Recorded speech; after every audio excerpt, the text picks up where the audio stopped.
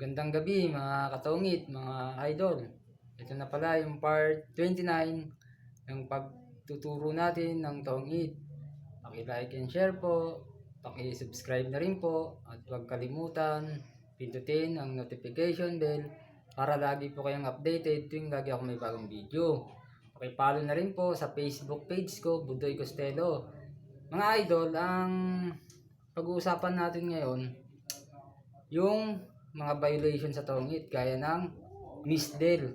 Importante ito mga idol kasi marami nagkakamali rito mga idol. Gaya na ito, halimbawa, yung napapansin nyo mga idol, ang ganda ng card natin, no? 5 lang bilang natin mga idol.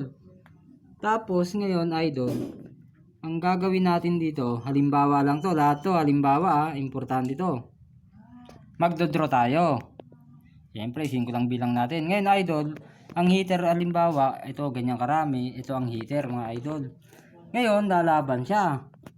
Ang bilang niya mga idol, 4 lang, di ba? Pero kung napapansin niyo mga idol, ang barahan niya 8 lang.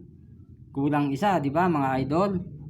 Importante po 'to mga idol kasi pag hindi niyo napansin 'yan, bukod sa may hits niya, magbabayad kayo.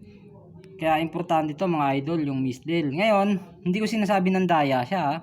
Gaya nga ng sinabi ko, maaaring nagkamali sa pagbigay. Kaya misdel. Yan po ang dapat ninyong tatandaan. Bago kayo ng baraha, magbigay, bibilangin nyo maigi. Kasi, pag sinabi niya, ang haba ng buo niya, straight. Ngayon, tatanungin mo, bakit 8 lang yan? Saan ka ba sumapaw? Hahanapin nyo mga idol kung saan siya nagsapaw. Ngayon pag wala siyang prueba na meron nga siyang sinapawan mga idol, automatic na yan misdel. Ganun na mangyayari. Kaya sana may natutunan kayo. Hanggang dito na lang.